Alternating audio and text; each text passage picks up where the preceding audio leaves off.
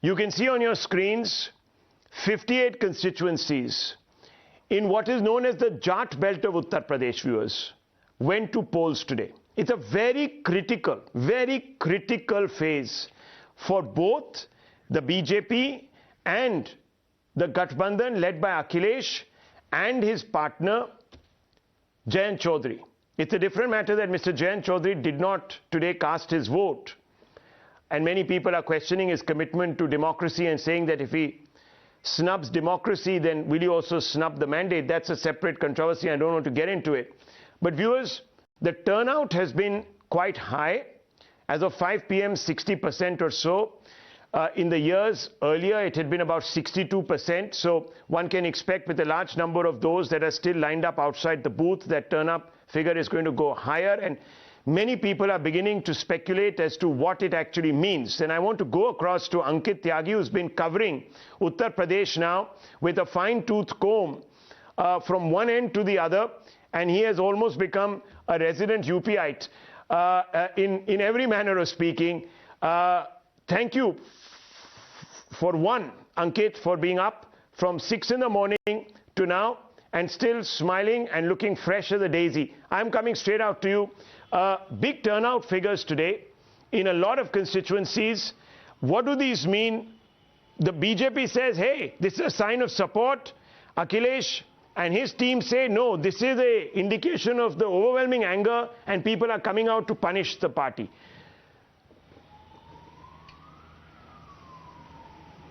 You know, Rahul, it's very interesting, these numbers. And if you further see the numbers in the 11 districts which have gone to polls today, particularly, you will see a higher voter percentage in Muzaffarnagar, Bagpat, Shamli, and you will see a lower voter percentage as far as Ghaziabad and you know, the Gautam Budh Nagar areas are concerned. The traditionally strongholds of the BJP, the urban constituencies, the voter turnout has been slightly lower than what we have seen in other areas which are usually seen as the strong core Jat vote. But there are two important factors that I would like to bring your attention to, something that we have you know, seen throughout our travels. Number one, this whole thing which people are talking about of a massive Jat consolidation, I don't think that the Jats are consolidating en masse as one monolith. Yes, there is a momentum. If you compare it to 2019, there is a momentum towards the Gathbandhan, but I don't think that it is a very decisive momentum of a 90-10 kind of a thing that you are looking at. Seat by seat, it will differ.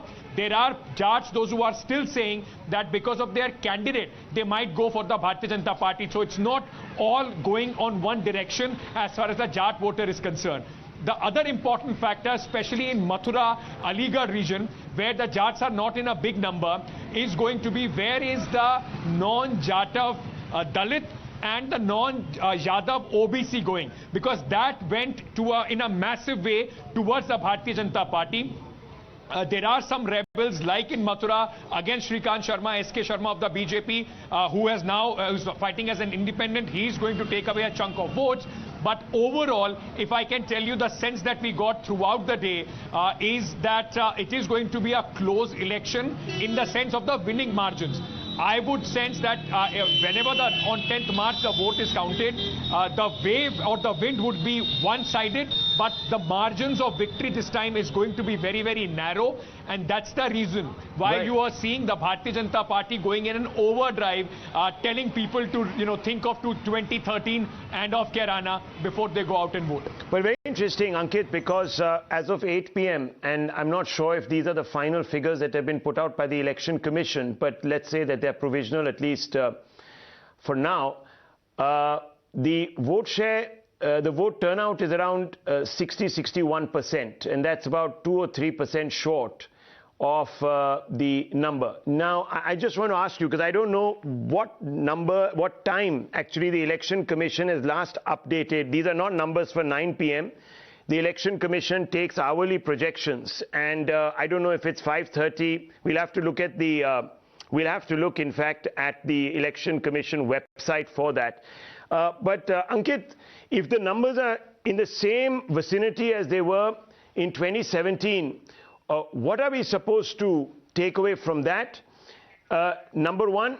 And number two, was there, do you think, any impact of the bail order today that was passed in the context of a very controversial figure in these parts, Minister of State's son, who got bail in the Lakhimpur Kheri alleged murder conspiracy case. Rahul, to answer the first question, I think these numbers are approximately about till 7 p.m. So it's an approximation. Election Commission will round them off to 1 or 2% more in a few hours to come. But, it's very interesting. Last time it was about 64% in the first phase of voting. If it stays lower or similar, then I think the one thing that can be certainly said that this is not a wave election. So it is not going to be a pro or anti-incumbency wave election that people are talking about. Otherwise, if it was, an anti-incumbency election, the people would have thought that there would be more overwhelming numbers. Much more people will come out because people largely come out to vote for change. If there is no way, then the game is open for anybody.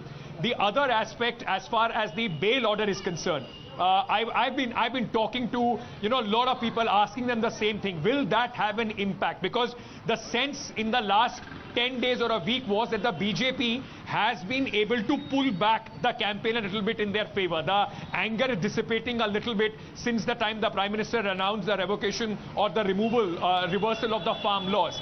This is going to be a factor, but I'm not sure whether the Gathbandhan, especially Akhilesh Yadav and Jayant Chaudhary, have been able to send that message across to their voters that look what has happened. They have not been able to politically use it. The farmer leaders have been speaking about it, but look at all the rallies and the speeches of Jayant Chaudhary and Akhilesh Yadav post this bail. They have not been able to send this message across, which possibly won't have a far-reaching impact, that too in the later half of the day. Okay, I also wanted to ask you about this chemistry between Jayant Chaudhary and, of course, Akhilesh Yadav. Now, in the past, the Prime Minister said that I have defeated 2 other UP ke ladke and I'm probably going to do the same with these 2. But the chemistry is important. Where does this chemistry work and where does it come apart? So that's a very, very interesting question, and that is exactly why I was initially telling you about the Jat monolith. So I've seen a lot of people. The problem for the Samajwadi Party is that the Jats are not going for the Samajwadi Party voters. That's the larger thing that I've seen. Whether today something has changed or not, I won't be able to comment, but through our travels, the RLD voter, the sense among the Jats is that we want to revive Jayant Chaudhary. We are not sure about Akhilesh Yadav. So on the ground, this chemistry translates into Jats going for hand pump, not necessarily for the cycle symbol. Apart from that, as both of them are concerned, see, arithmetically, if you look at it, it is an uphill task for Jayant Chaudhary and Akhilesh Yadav, though we are talking about a lot of factors not working for the BJP in this belt. Last time in 2019, RLD, BSP and Samajwadi Party fought the election together. This time the BSP support is not there. So a good 18-20% of Dalit vote is not with this alliance.